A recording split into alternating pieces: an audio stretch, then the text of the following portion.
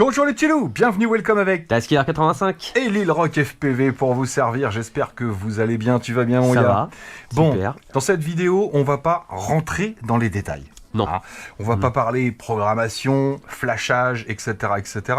Alors, pour deux raisons. La première, c'est que on a vraiment envie de vous faire cette vidéo comparative sur deux produits particuliers, mais vraiment au niveau ressenti, au niveau sensation, au niveau Ouais. ergonomie. Sans l'avoir essayé en vol, quoi. Moi, ça Si, va être, si, moi, j'en ai testé une, mais pas les deux. Par contre, les deux, je suis rentré dans les programmations, les deux, je suis allé voir pour flasher les firmware, etc. Bon, bah, tout fonctionne. Il y a des tas de tutos déjà en ligne pour ça. Vous l'avez compris, on va parler de radiocommande. D'un côté, la Zorro de chez Radiomaster, de l'autre, la Jumper T-Pro, de chez Jumper, bien sûr.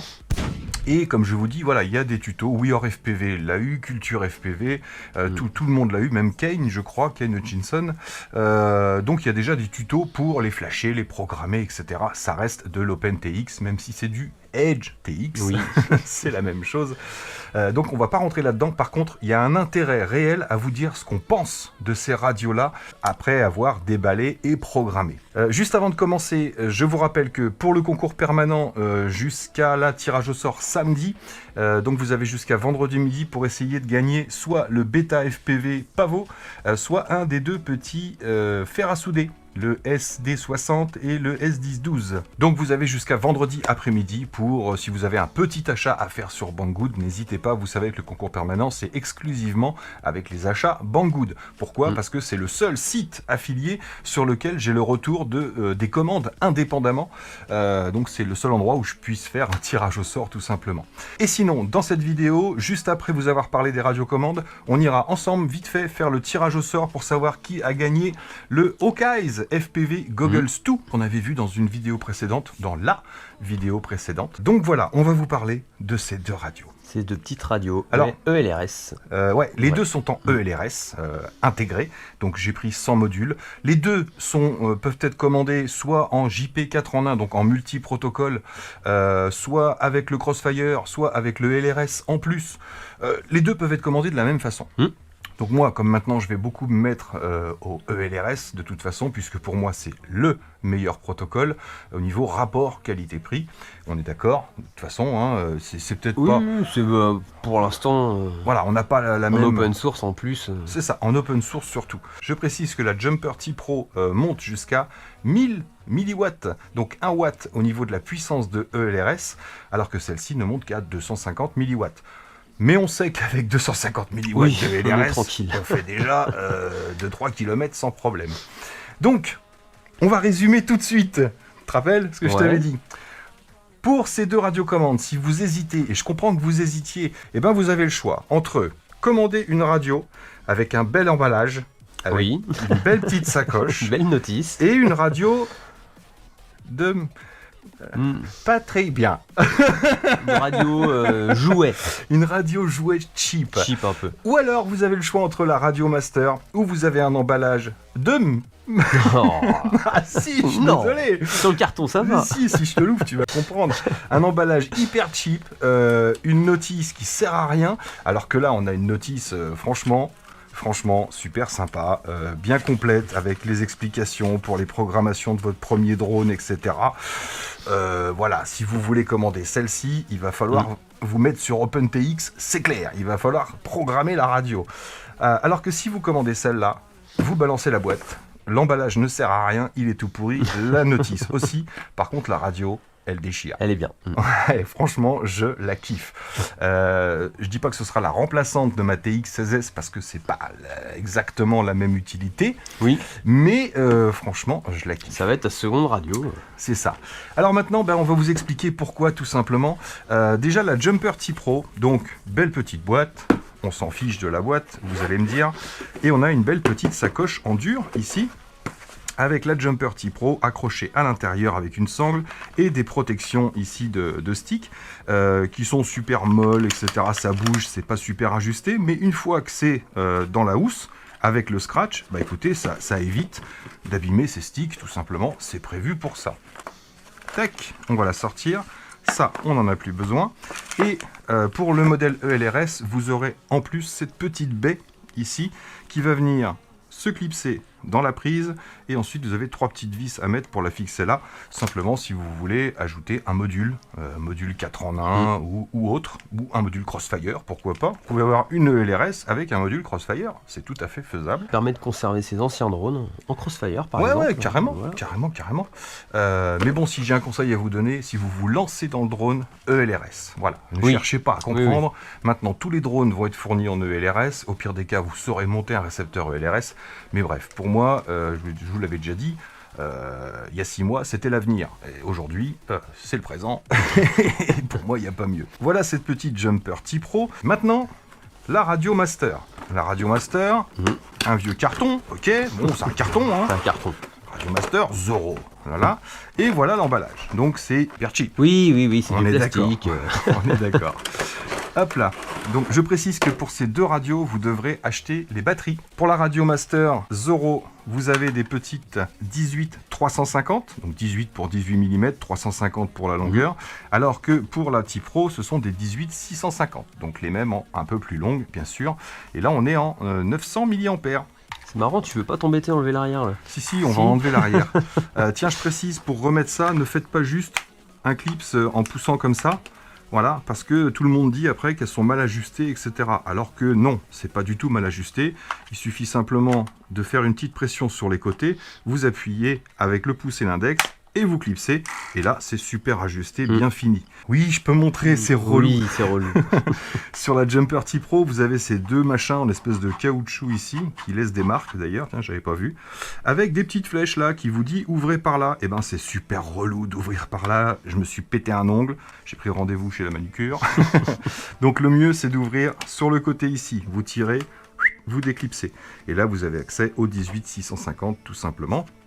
Et pour le remettre, oui, vous allez venir le remettre en commençant par là, là, bien clipsé. Si vous commencez par là, ici, vous le rentrerez jamais.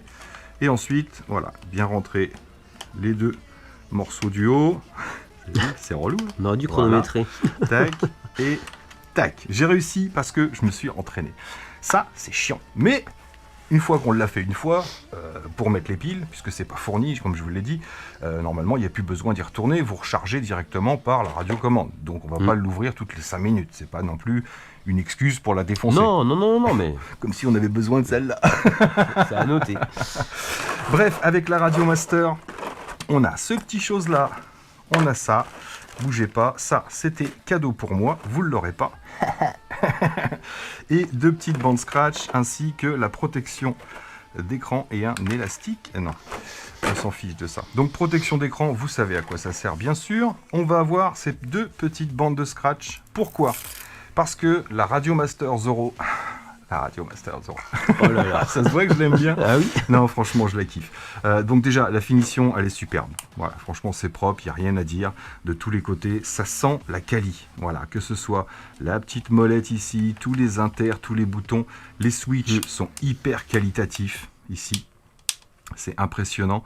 Et alors, les switches, il y en a partout. Vous avez 2 positions, vous avez 3 positions, vous avez des molettes ici, vous avez 2 switches temporaires ici et 2 également sur l'arrière temporaire. Donc vous avez vraiment le choix de ce que vous allez vouloir faire. Code paramétré, oui. C'est hallucinant. Un bel écran, bien sûr, alors qu'à côté on a un tout petit écran comme sur ta Tango. C'est à peu près la même taille. Même si toi la résolution est meilleure. C'est du OLED après sur la Tango, mais voilà, là clairement on a un mix de Tango 2 avec DJ FPV. Voilà, c'est ça. C'est ça. Et là, on a un mix de rien, mais c'est top. Mais oui, on a une création. Franchement, j'aime bien. Non, puis TX16S Radio Master a fait ses preuves. Après la TX16S, voilà, on sait qu'ils font des bonnes radios, donc il n'y avait pas de raison qu'ils se plantent. Et pour l'instant, j'ai pas trouvé de plantage sur cette Zorro. Donc je vous disais les 2 petites sangles qui sont là. Alors bien sympa parce que vous avez bien sûr les piles en 900 mAh en série. Donc vous allez alimenter la radio en 7V 4, mais vous aurez que 900 mAh. Ça s'additionne pas. Donc c'est vraiment le seul et unique défaut que je trouve sur cette radiocommande, c'est que vous n'aurez pas une grosse autonomie. Surtout si vous mettez le LRS à 250 mW ou que vous avez une baie à alimenter assez fort, petite autonomie. Mais par contre, ils ont pensé à tout. Ça veut dire que vous pouvez alimenter votre Radiomaster par ici, soit en USB, ça fonctionne, j'ai testé, ça recharge et ça alimente. Donc si vous avez une power bank dans la poche, ça va fonctionner. Vous allez pouvoir l'alimenter également avec une LiPo 2S que vous allez pouvoir brancher ici. Et avec ces petites sangles là, vous allez pouvoir fixer, je ne vais pas le faire là, vous allez pouvoir fixer votre LiPo directement sous la radiocommande si la LiPo est pas trop grosse. Si comme moi vous êtes adepte des LiPo dans la poche par exemple, ben, vous avez aussi ce câble qui est fourni avec, que vous allez pouvoir brancher ici. Et là c'est à ça que sert ce petit bout de plastique en option. Vous allez venir ensuite clipser ce morceau ici, là, tac, ce qui va éviter les arrachements de câbles et les déplacements. Ouais, ça sécurise bien. Ouais. Voilà. Et au bout, vous avez un XT30 que vous allez pouvoir mettre dans la poche sur une grosse batterie 2S sans problème qui va vous tenir la journée et qui en plus recharge les batteries. Tout simplement, les batteries incorporées dans la radiocommande. Donc vraiment pas bête. Pas bête, il y a eu de la recherche. De chez Radiomaster parce qu'on a vraiment pas mal d'options au niveau de l'alimentation et ça c'est plutôt sympa. Maintenant, il faudra voir combien de temps on peut durer avec les deux 18-350 qui sont fournis. Donc là on a vu pour l'alimentation et pour l'USB. L'USB qui est là donc ne sert qu'à la recharge des batteries qui sont ici. Vous avez un autre USB-C sur le dessus ici qui va vous permettre, alors vous avez deux jack 3.5, vous en avez un pour le trainer, un pour le casque audio, vous avez la carte micro SD ici accessible, donc il faudra un petit truc par contre pour venir appuyer dessus. Moi j'y arrive parce que j'ai un petit peu d'ongles, donc je peux appuyer dessus sans problème, mais pour certains, je sais pas si tu as des ongles toi, oui tu as un petit peu aussi légèrement, fait, ouais. Hop, il va falloir l'enfoncer assez loin, tac, pour qu'elle se clipse. Et donc vous avez un autre USB-C ici, et quand vous allez brancher cet USB-C, si votre radio est allumée, elle va vous demander si vous voulez que ce soit le joystick pour être sur un simulateur. Ouais. Voir si vous voulez avoir accès à la carte mémoire, donc vous aurez accès à l'intérieur de la radio sans avoir à sortir la carte mémoire, ou alors vous aurez le choix aussi pour le branchement en série pour pouvoir flasher un firmware ou flasher le ELRS tout simplement. Le ELRS, moi je l'ai flashé en Wi-Fi, c'est beaucoup plus rapide et il m'a refusé le flashage par câble USB 2 fois. J'ai eu, ça marchait pas. Par contre en Wi-Fi ça fonctionne super bien. On a les haut-parleurs sur le dessus, tiens on va la mettre en route. Tac, c'est parti. Alors petit. Voilà, elle parle moitié anglais, moitié français. Un accent. Ouais, tout à fait. Donc si vous mettez en français, ils n'arrivent pas à traduire HTX. À chaque fois c'est Open TX ou Open TX. Ouais. Mais si vous la mettez en français, vous n'aurez pas le HTX tout simplement. Donc c'était un peu naze, je trouve, Open TX. Donc j'ai laissé en anglais. Par contre, j'ai pris dans les langages. Donc quand j'actionne les switches. Mode écran. Voilà, là on est bien en français. Armé. Tout simplement. Et le Poste son volant. est vraiment clair. Ouais, net. il est moins étouffé que sur celle-ci. Ouais, et puis j'ai programmé mon volume ici sur une des molettes tout simplement. Donc on a un bel écran, ça c'est clair que dès qu'on rentre dans les programmations, que ce soit... Alors c'est la même chose que la TX16S, un modèle d'un côté, système de l'autre. On a le return, page avant, page arrière, et ici on a même un bouton télémétrie. Hop, je ressors. Hop, pour avoir accès directement au drone qui est connecté. Donc là, on n'a pas de data, bien sûr, puisqu'il n'y a pas de drone de connecté. Oui, donc voilà, un écran vraiment super visible, super propre pour faire tous les réglages. C'est vraiment nickel. Et comme je vous ai dit, ça reste de l'OpenTX, donc aucune grosse difficulté. On a 4 boutons de trim ici, bien sûr, qui correspondent à chaque stick, à chaque canal, et une petite accroche là, qui, ma foi, est plutôt pas mal équilibrée. On est bien centré, la radio est bien droite, sur la jumper aussi d'ailleurs, on ne va pas tout critiquer non plus. Et il y a une petite chose en plus que j'aime beaucoup sur cette Zoro, c'est que vous avez des petites vis BTR de façon à pouvoir régler l'ajustement de la hauteur maximum. Vous allez pouvoir réduire la hauteur maximum sur les sticks. Et sur l'arrière, vous avez ici 4 réglages qui permettent soit de passer de mode 1 au mode 2, ou du 2 au 1, comme celle-là on est en mode 2 avec le gaz à gauche, et vous allez pouvoir remettre de la tension sur le ressort ici, pour que le stick soit centré, et retirer hop, la tension qui est là pour passer en mode 2. Ensuite, vous allez dans la programmation et vous passez en mode 2, en mode 1, bien sûr. Donc là, on est en mode 2. Et les deux autres vous servent, eux, à régler la tension des gimbals, qui sont des gimbal Hall pour les deux radiocommandes, je précise. Sauf que là, on a des gimbal Hall bien, et là, des gimbal Hall pas bien. Pas bien. Je vais vous en parler. Aucune galère. Aucun souci. Mis à part le LRS, là où j'ai pas réussi par câble en au filaire, départ. mais t'es pas le seul à avoir eu le problème. Pour la mise à jour, oui, apparemment, ouais. Donc en Wi-Fi, ça marche super bien. J'ai vraiment pas grand-chose à dire sur cette radio de mal. Oui, la baie à l'arrière, je vous l'ai pas montré. Vous avez un emplacement, bien sûr. Vous n'avez rien à visser ou à démonter. Encore une fois, on a vraiment beaucoup de switch, beaucoup d'auxiliaires. J'ai mis un préarme ici. Vous pouvez mettre un préarme derrière si vous êtes en pilotage au pouce. Moi, comme je suis en pilotage pinch, ici, comme ça, à la pince, eh bien, j'ai vraiment la place pour mettre les doigts sur le dessus de la radio. Et j'ai accès à tous les boutons, que ce soit les molettes, etc. Et pendant le vol, je peux vraiment poser mes doigts ici. Je suis vraiment pas gêné. Alors après, chacun se place comme il veut. Hein. Chacun a sa façon de pincher. Et cette petite matière ici, agrippante, permet vraiment de bien maintenir la radiocommande. On n'est jamais déséquilibré, ça bouge pas et on a de la prise. T'as un bon grip, ouais. On a vraiment un bon grip sur cette radio, quoi. Et comme tu me disais, oui, l'antenne. Alors on a une petite antenne ici qui est clipsée sur l'écran. Vous avez juste à la déclipser.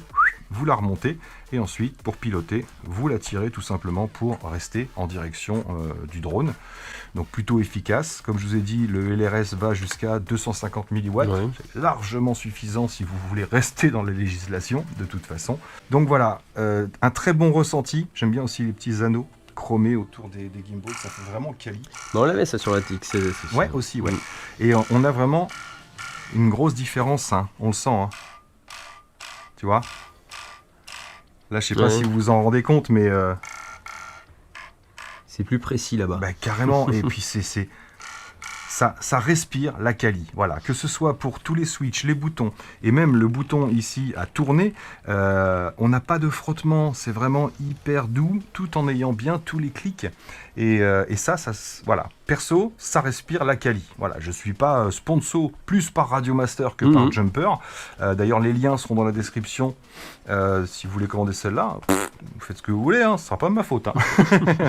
Je vous mets les liens de chez Banggood de toute façon. Mais voilà, je suis pas plus sponsor par l'un que par l'autre. Mais au même titre que la Jumper T18. Oui. Qu'on avait testé un petit peu en même temps que la première TX16 TX16S de chez Radiomaster, eh bien, on avait l'impression d'avoir l'original et la copie avec une copie un peu cheap, tout simplement. La Jumper était pour moi un peu cheap, j'avais pas accroché, même si elle était utilisable, bien évidemment. La Jumper T-Pro, là, va être complètement utilisable, il n'y a pas de souci. Mais il y a plein de défauts. Donc, je laisse de côté la Radiomaster. Je vous ferai un tuto complet si vous en avez besoin. Sinon, n'hésitez pas à poser des questions dans les commentaires. Et encore une fois, il y a plein de tutos sur le net pour la programmation, le flash de LRS, etc. etc. Mais si vous avez des questions, n'hésitez pas. Maintenant, allons-y. Allons-y. Parlons. La Jumper T-Pro. Voilà, la Jumper T-Pro. Au niveau de l'ergonomie, de la prise en main, donc les gimbals, je vous en ai parlé, ça respire pas la quali. D'ailleurs, WeAre FPV, tiens, salut WeAre, a fait une review sur la Jumper et eux, ils ont été obligés de mettre les gimbals de leur Jumper T-Lite, qui était une bonne radio. Il y a pas mal de monde qui ont adopté la T-Lite. Et ils ont mis les gimbals de la T-Lite sur la T-Pro parce qu'il avait des soucis de centrage. Tout simplement. Ouais. Donc on va commencer par ça. Moi aussi, j'ai eu les soucis de centrage quand je me suis connecté sur Betaflight. Si vous lancez le stick et que vous le lâchez ici, ça va bien revenir au centre sur Betaflight à 1500. Vous savez, 1000, 1500, 2000. Par contre, si vous pilotez normalement, vous allez à droite et vous ramenez au centre ici, eh bien vous aurez un décalage. Et moi j'ai le décalage sur la droite, quand je pousse à gauche et que je reviens, j'ai le décalage sur la gauche, je ne suis pas à 1500. J'ai un décalage entre 2 et 5. Donc c'est plutôt énorme. Ça veut dire quoi? Ça veut dire tout simplement que c'est en roll ici et que vous relâchez doucement, que vous revenez au centre, votre drone, lui, il va pas revenir à plat. Il va rester en roll léger, sauf si vous mettez une dead zone dans Betaflight entre 3 et 5. Voilà. Et là, vous aurez un peu moins de réaction sur le début des sticks. Donc, gimbal haul, je veux bien, mais gimbal haul complètement pas précise, puisque j'ai le problème sur les deux. que ce soit Ouais. en roll, en pitch ou en rudder, en yaw, j'ai le même souci. J'ai réglé à l'intérieur hein, les endpoints, j'ai bien mis 1000, 1500, 2000, j'ai bien réglé le subtrim. Après, tu l'as recalibré tout à l'heure aussi. Voilà, j'ai calibré les gimbals, j'ai réglé le subtrim pour être bien à 1500, et quand j'y retouche, ça refait la même chose, à moins de, je vous dis, de relâcher comme ça. Si vous relâchez comme ça va revenir à 1500. Mais je connais pas grand monde qui pilote comme ça, c'est extrêmement rare. Bref, gros problème sur les gimbals. Pour moi, c'est rédhibitoire. Voilà. Sinon, on va parler un petit peu de l'aspect général. Donc, je ne sais pas si vous vous rendrez compte ici sur la caméra, mais on a vraiment quelque chose qui donne... Bah, ça fait pas fini. Ça fait vraiment plastique de jouet. C'est ça, ça fait jouer un petit peu comme tu disais. Ils ont voulu pomper un peu entre DJI et la Tango. Et ta Tango. Ouais. La Tango pour les emplacements de Switch, etc. DJI pour le form factor et C'est pour ça, la couleur. Ouais. Même l'antenne, tout. Mais on en est loin, hein. Quand on veut imiter DJI, il faut faire mieux que ça. J'ai envie de dire, si celle-là avait été grise, oui, ok, ça ressemble à du DJI. Mais là, pas du tout. Après, on a un autre gros problème. Donc l'antenne, vous l'avez vu, hein, je pense qu'on la voit assez. Petit défaut qui avait été relevé par WeOr, je crois, c'est que si vous avez une baie ici avec une antenne, vous ne pourrez pas replier ici puisque vous allez toucher l'antenne tout simplement. Petit défaut qui n'en est pas vraiment un. Surtout si vous l'utilisez sans module à l'arrière. Maintenant, le gros défaut de cette radio, c'est les auxiliaires. Voilà, vous avez 2 auxiliaires, 3 positions, ici. Voilà, je ne sais pas si vous entendez, mais à chaque fois que la voix se déclenche, on a un buzzer. Écoutez, je le rapproche du micro. Ah oui. Vous entendez? On a ce bzzz juste avant la phrase et juste après. Ouais. Et ça pour tous, hein, c'est pareil. Voilà, et plus la phrase est courte, plus le bzzz il est long. Donc ça, quand vous allez piloter, vous en rendrez pas compte. Mais pour moi, c'est pas signe de qualité. Ben non. Voilà. Moi, j'ai jamais entendu ça perso Bref. sur les autres radios. J'ai un autre souci, c'est que donc on a 2 inter 3 positions. Par contre, celui-ci, si vous regardez sur le petit tableau là vous le verrez pas, hein, ça m'étonnerait. Voilà, je sais pas si vous le verrez, mais là j'ai bien position fermée, middle et position en l'air. Donc moins 100, 0, 100. Par contre sur Betaflight, et là je suis allé dans les réglages de la radio, je n'ai pas ça. C'est-à-dire que quand je suis à 0 sur Betaflight, je suis bien à 0. Quand je mets au milieu, je reste à 0. Et quand je mets en haut, je viens à 100% et je peux armer. Donc, switch 3 positions, pour moi, je n'ai que 2 positions sur Betaflight. Sur Beta, ouais. Et je ne sais pas comment le régler. J'ai tout essayé dans la radio, que ce soit les mix, les auxiliaires, je n'arrive pas à récupérer. Pourtant, il est réglé exactement comme celui-ci, qui a bien ces 3 positions. J'aime pas. Bref. Sur les côtés ici, 2 interrupteurs momentanés. Moi ici j'ai mis le préarme, là avec ma petite alarme, et le buzzer ici.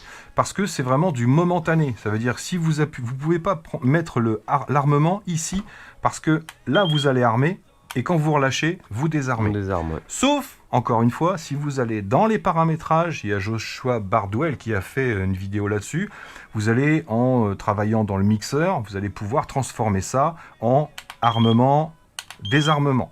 Mais il va falloir aller dans les programmations. Je trouve pas ça très très fun. Donc, voilà, moi, préarmement et buzzer, pourquoi pas. Sur l'arrière, les molettes, ici, vous allez pouvoir les programmer aussi comme des auxiliaires. Voilà, donc vous allez pouvoir par exemple mettre le turtle mode complètement à fond, vous allez pouvoir vous en servir d'auxiliaire, mais c'est pas aussi pratique qu'un switch ou un inter. Ah bah bien sûr. De toute façon.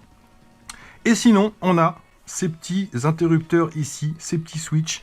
Alors, quand on la reçoit, je pensais que j'allais pouvoir faire comme ma TX16S, c'est-à-dire utiliser la puissance du VTX, modifier la puissance du VTX, en passant par exemple 25 mW, 50 mW, 100 mW, etc. etc. Eh bien non, parce que d'origine, si vous activez par exemple, hop, celui-ci, donc là il est allumé, on voit qu'il est activé, si vous activez un autre auxiliaire, ça désactive ceux que vous avez enclenchés avant.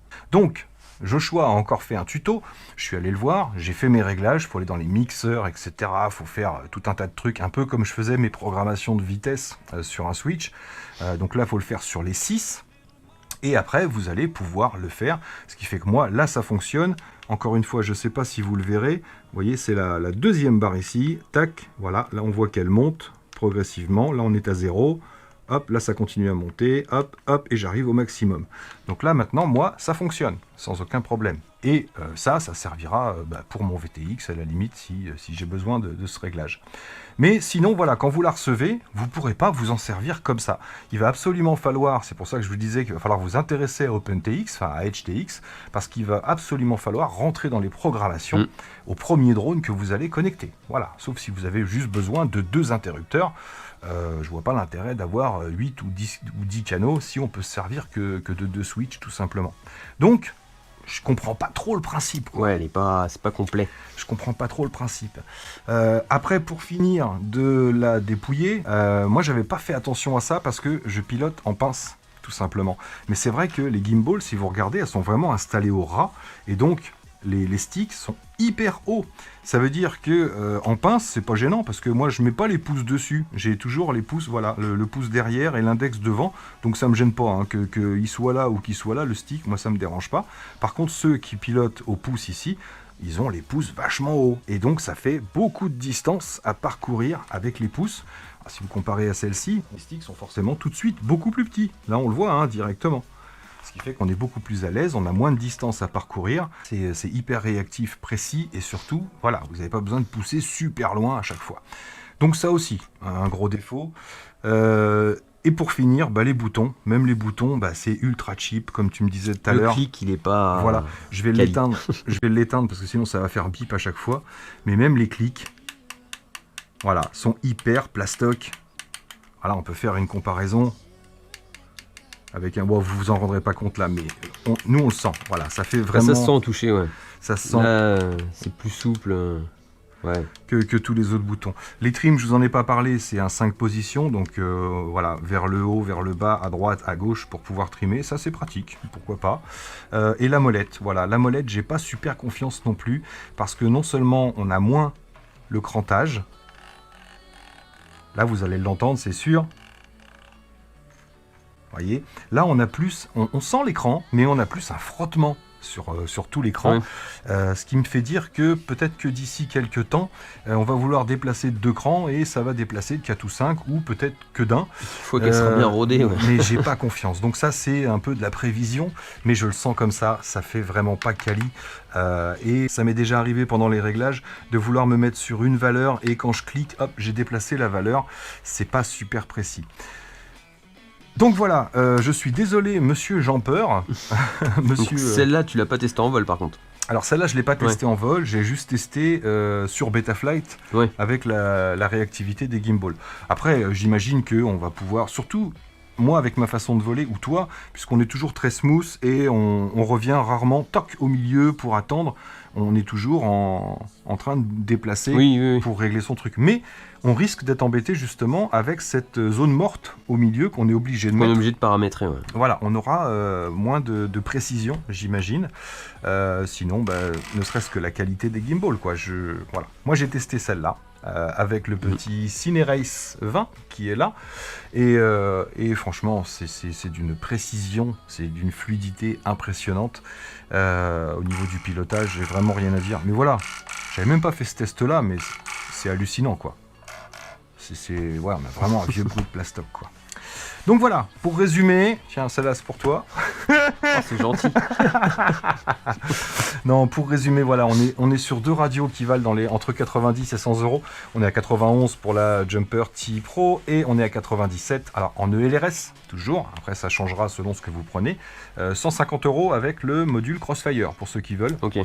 Donc ça vaut le coup. Pour les deux, vous aurez les piles à racheter, donc on ne peut pas comparer là-dessus. Donc on est vraiment dans une gamme de 95 euros, voilà, pour cette radio. Donc j'ai envie de dire pour celle-là, ouais, super investissement. Franchement, si vous hésitiez entre ces deux-là, entre la Beta FPV par exemple, ou la Commando. Alors la Commando, je ne l'ai pas eu entre les mains, on ne l'a pas testé, mais on n'aime pas l'esthétique. Voilà, franchement, je la trouve moche. Un peu bizarre, ouais, esthétiquement, c'est un peu carré. Je ne sais pas ce qu'elle vaut, mais en tout cas, voilà. N'hésitez pas, je vous dis, si vous avez besoin d'un autre tuto, je vous referai un tuto là-dessus, il n'y a pas de souci, mais vraiment pas déçu de cette Radiomaster Zorro, encore une fois, voilà, elle va faire copain avec la TX16S, et je vous dis maintenant, je suis toujours en ELRS pratiquement, donc ça me convient parfaitement. Mais t'as bien raison. Voilà. As-tu autre chose à rajouter sur cette petite radio? Oh, moi je pense que visuellement, voilà, le tour on l'a fait. Moi je rajouterais un truc, peut-être quand je vais tester la Radio Master, voir la différence de prise en main par rapport au form factor déjà. Moi je suis plus habitué à ça. Ouais, de toute façon, quand on va faire des prochaines vidéos, que ce soit le Sector ou que ce soit d'autres drones, on va bientôt voir le GEPRC Cinelog 35 HD. Donc oui, on testera avec ces radios-là. De toute façon, donc on vous donnera notre ressenti en vol avec ces radios-là, le confort, etc. Mais déjà là, juste comme ça, en prise en main, là je suis pas à l'aise. Ouais, je suis pas serein. Pour la prise en main, là je place mes doigts où je veux, je vais pas être gêné en fait. Il y a de la place. Ouais, c'est ces plateformes-là. Ces plateformes sont vachement importantes. Ouais. Après, tout est accessible quoi. C'est ça. C'est vrai que la position des mains, je sens quand même la différence avec la hauteur. Tu es obligé d'aller chercher un peu plus haut. Et c'est vrai que là, tu as forcément les mains soit sur la petite molette. Il n'y a pas de place. Soit sur l'intermomentané. C'est ça. Et la grosse différence, elle est là. C'est que là, on a vraiment toute la place pour poser les doigts si on veut. Même entre les deux, il y a encore de la place sans pour ça aller activer quoi que ce soit ou tout tripoter. Après, moi, ici, là, j'ai mis le volume de ma radio tout simplement, donc même si j'y touche à la limite c'est pas trop gênant, mais voilà, donc je trouvais important pour le même tarif à quelque chose près, voilà, c'est ça en fait, c'est ça. 100 € j'achète, 120 € j'achète, 60 € j'achète, voilà. C'est simple à dire. Après 95 € ou 100 €, non, perso j'achète pas, je vous le recommande pas, il y a beaucoup de choses à faire. Et puis voilà, les 1000 milliwatts du LRS, je suis curieux de voir aussi je sais pas s'il y a un ventilateur qu'il est tout petit et tout. On a testé. Non, il n'y a pas de ventilateur. On a juste le bruit du parasite. Mais on a bien des ailettes ici apparemment en aluminium. Mais quand on monte à 1000 milliwatts, on n'a pas, même à 500 ou 250, on n'a pas de ventilateur. Et là, tout à l'heure, on l'a allumé, 35 secondes, 40 secondes, quelques secondes, on sentait que ça chauffait ici au niveau du module, alors que là, quand on monte à 250 milliwatts, on a un petit zzz, je l'ai même pas ouverte, mais je suis sûr qu'il y a un petit ventilo à l'intérieur. Donc donc je n'hésiterai pas, surtout pas. Donc je trouvais important, voilà, qu'on fasse cette vidéo sur notre ressenti et sur les premières impressions qu'on avait eues sur ces radios là. Donc je vous dis pas de vous précipiter sur la Zorro, mais en tout cas évitez la Jumper. Si vous avez un choix à faire entre les deux, là vous pouvez y aller, c'est clair et net. Voilà, on va pas y aller par 4 chemins. Pour moi la différence est énorme, voilà, monumentale. Surtout dans la même gamme de prix quoi. Surtout dans la même gamme de prix. C'est ça qui joue aussi. Et j'ai envie de dire, si vous voulez mettre 60-70 €, Light Radio 3. Oui, voilà. Voilà, pour moi c'est une bonne petite radio, j'ai rien à dire. Donc voilà les amis, j'espère que cette petite vidéo vous aura plu. Si le concept, on est resté à l'intérieur parce qu'il fait un temps pourri.